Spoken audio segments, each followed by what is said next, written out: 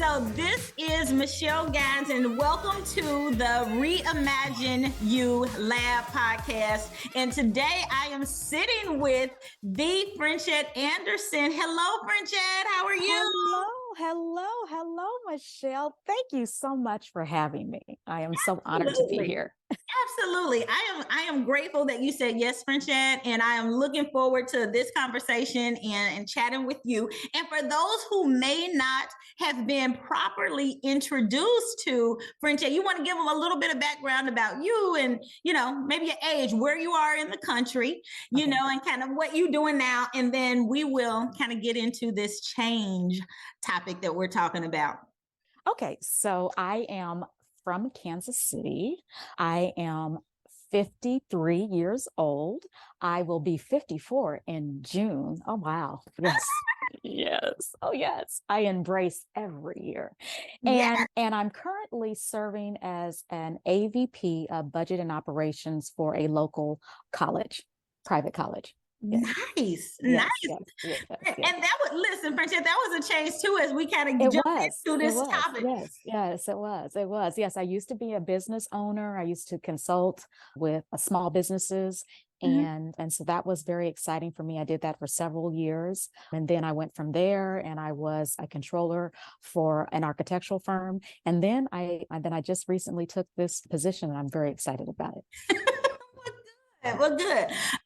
So Frenchette, as we kind of dive in, one of the things that we're talking about in the lab, and as a matter of fact, I have ordered myself a lab coat because the next time that I'm gonna have to bring you back, but the next time I come in, I am calling myself a reimagined scientist / strategist, because navigating change it's really a big deal. And often it takes there's some testing, there's some trying, we have a hypothesis around stuff. And how does that really work out, or how does that translate, right?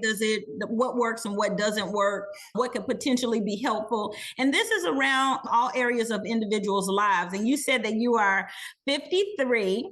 And I love that because I tell people now that I hit 50 last year. So you are now seeing the 5.0 version of Michelle. So I believe, so we also we're seeing the 5.0 version of Frenchette. Yes. So Frenchette, talk a little bit about when you're thinking about change. Okay. When you hear the word change, what is your first thought? What's the first thing that comes to mind when you think about change? You know what? I think about opportunity. I think about possibilities. Okay. I don't think of change as something that is scary. I think of change as possibility. Yes, I agree. I like that. And you know what? And really, that is a positive spin. And now everybody don't come with the positive lens, right? Like sometimes. So have you always been the glass half full or glass half empty person, or you just had a glass? Well, you know what? I think some will probably tell you that I was probably the glass half empty person, but I think that what I have come to understand is that you control the narrative. Mm-hmm.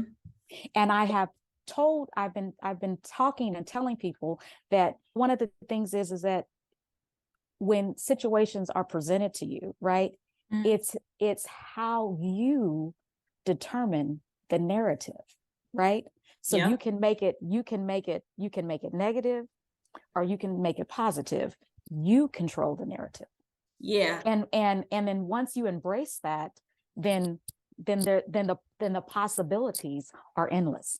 Yeah. You know what? I love that. I love how you frame that, because you're absolutely right. You do control the narrative. There's a grid that I kind of use when I'm talking to clients, and even my mama. And it's kind of like, it's circumstances, how you think about those circumstances. Those circumstances are going to produce thoughts. Those thoughts are going to produce feelings. Those feelings are going to prompt action, and that action is going to lead you to a result. So depending on how you're looking at it will determine how you navigate positively or negatively. So Frenchette, one of the things that I have been asking everybody that's coming and kind of sitting down and on the couch, if you will, asking them, so tell us about the biggest change that has impacted your life, that's had the greatest impact on your life. What was that? Let's talk about that a little bit. Well, I will say the greatest impact was my divorce. But I will say that it was the events that led up to it. And I will say that at about 48, I woke up one day and said, you know what? I have a voice, right? And I'm not utilizing that voice. And I have an opportunity to say something is different, and I want to make a change in this atmosphere that I'm living in, right? Yeah. Because I know that what I'm living in, right? And how I'm living and how I'm presenting myself, I have an opportunity to make a change in whatever this is, right? Yeah. Whatever that looks like. So I can say, okay, I have an opportunity to live a life that I'm wanting to live, and however that changes, right? So it kind of it kind of started off with, okay, so this relationship that I'm currently in is not living to the potential, the fullness of the potential that it should be. Yeah. So let me start to say, let me look at something differently, or let's look at things differently, right? Yeah. And so let me try to change that. And I want to bring that partner in to make a change. And then in trying to make that change and looking at the lens of change and say, let's do something different, then that the steps leading up to that then ended up causing a divorce, right? Yeah. Because I said, I'm not willing to stay in something that is not as that is not mutually beneficial to both of us, right? Yeah. And whatever those circumstances were.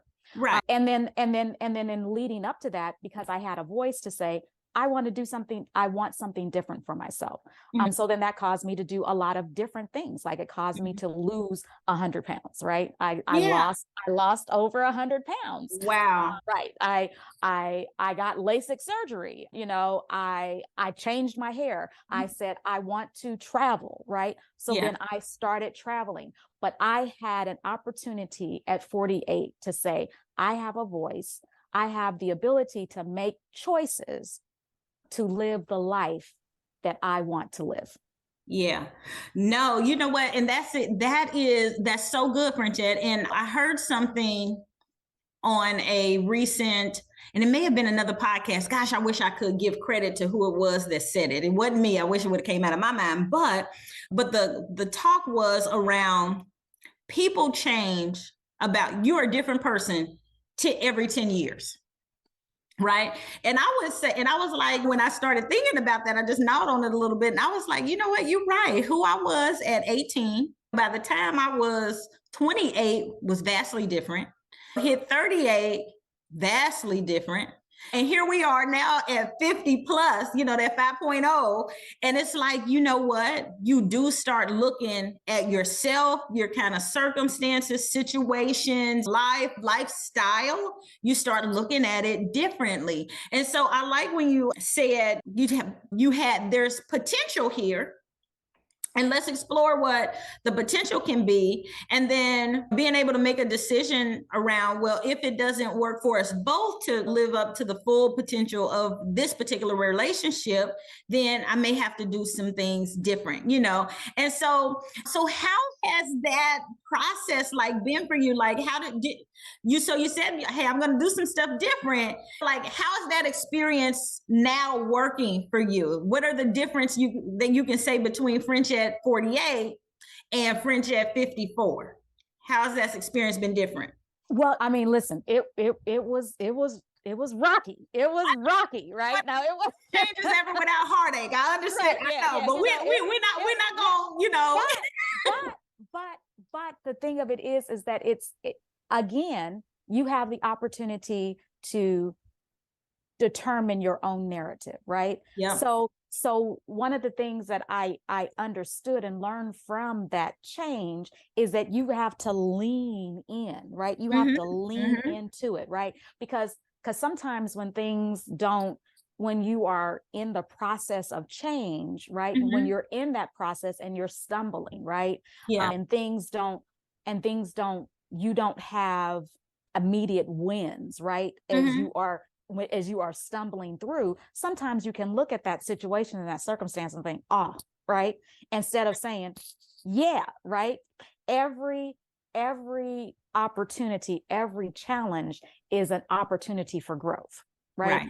Every challenge is an opportunity for growth. So you can learn from those challenges, right? You can learn from those wins, and you can learn from those challenges, right?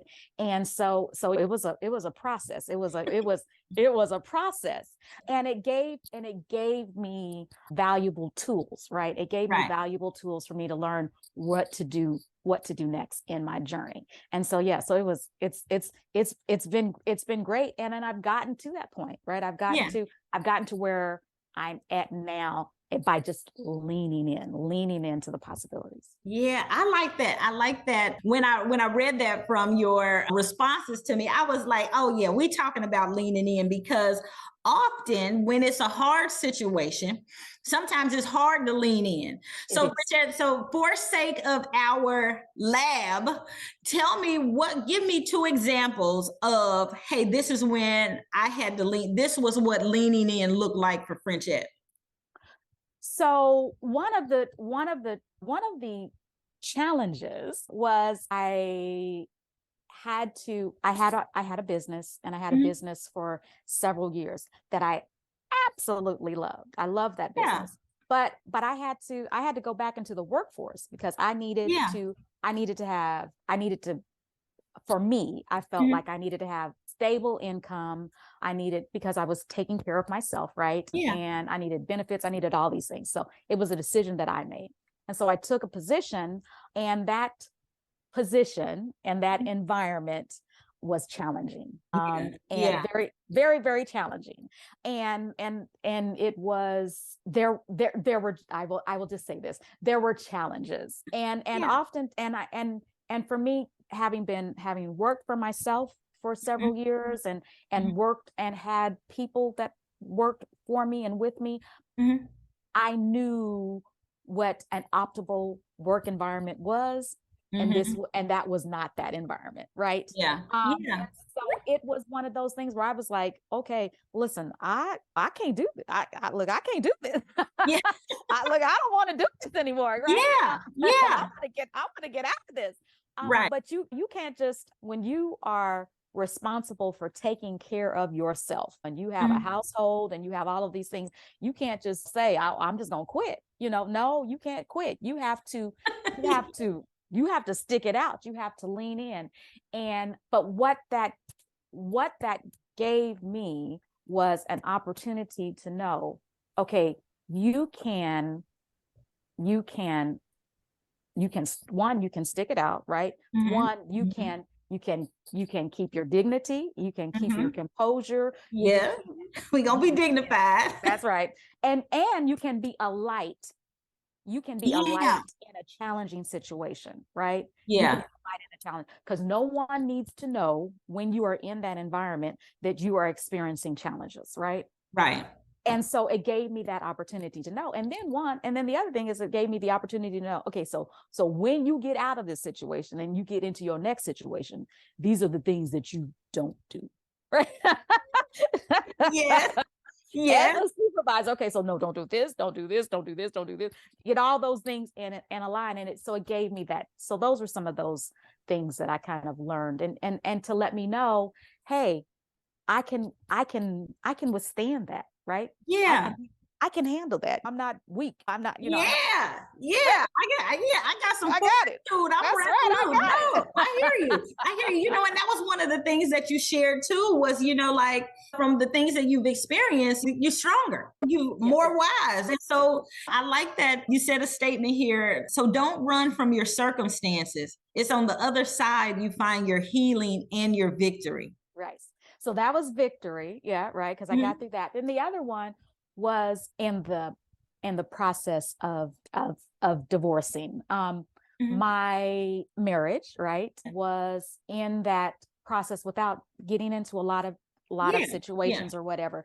The ending of that relationship was difficult for me, right? Yeah. There were circumstances within that relationship that were not optimal for me, right? Yeah. Yeah. And so in the process of that, I had to do a lot of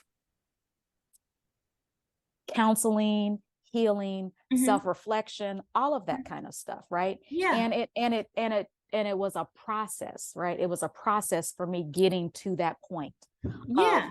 healing, of self-reflection, of self-growth. Where am I at in that process? Taking my own temperature, right? Yeah. And when I got on the other side of that, I got back to me, right? Yeah. I got back to who I am, Yeah. knowing who I am and whose I am, right? Yeah. And I got to a point of healing.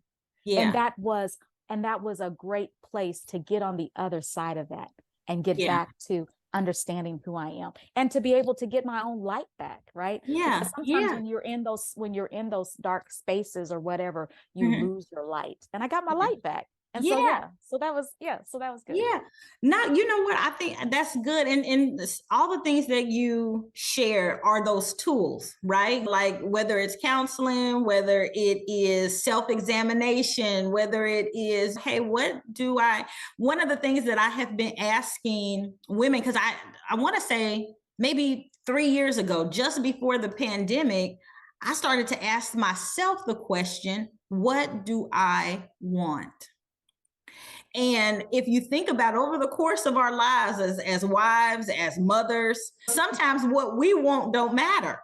Or not that it doesn't matter, that sometimes it's just a lower priority. And so those tools, being able to ask ourselves that question and then being able to determine the answer. Because I hear you saying, hey, I was able to get back. But I would say we just talked about every 10 years, we're changing into something new. As so much of it is, there's some things you got back, but there were some other things that have evolved and just become Yes. new. It's Yes. a new Yes. part of who you Yes. are, Yes. you Yes. know? Yes. I would agree with that. Absolutely. Yeah. Yeah. The time has gone by way too quickly. You know, we're gonna have to do this again. We're gonna absolutely have to do this Absolutely. again. Thank Um, you. it is a pleasure. I just want to say thank you so much, my humble, my sweet, my darling sister, girl. I just love you, and I am grateful to have learned about you, and got to know you because sometimes we know each other, but we don't really get to know each other. And so I am grateful. So thank you for tuning in today. And for those of you who are listening in, thank you for tuning in to this session of the Reimagine You Lab podcast with Michelle Guides. I am so grateful that you are here. If you found us, then if you were here, you were supposed to be here, and I'm glad that you were. Don't forget to click the bell so that you can get notifications whenever we have a new episode released. And then also make sure you share with some friends. If there were some nuggets that you got out of this chat we've had with Miss Frenchette Anderson today, I want you to make sure you share it with someone else. Thank you for tuning in. I am grateful. Love you all. And I'll see you in the next edition of the lab.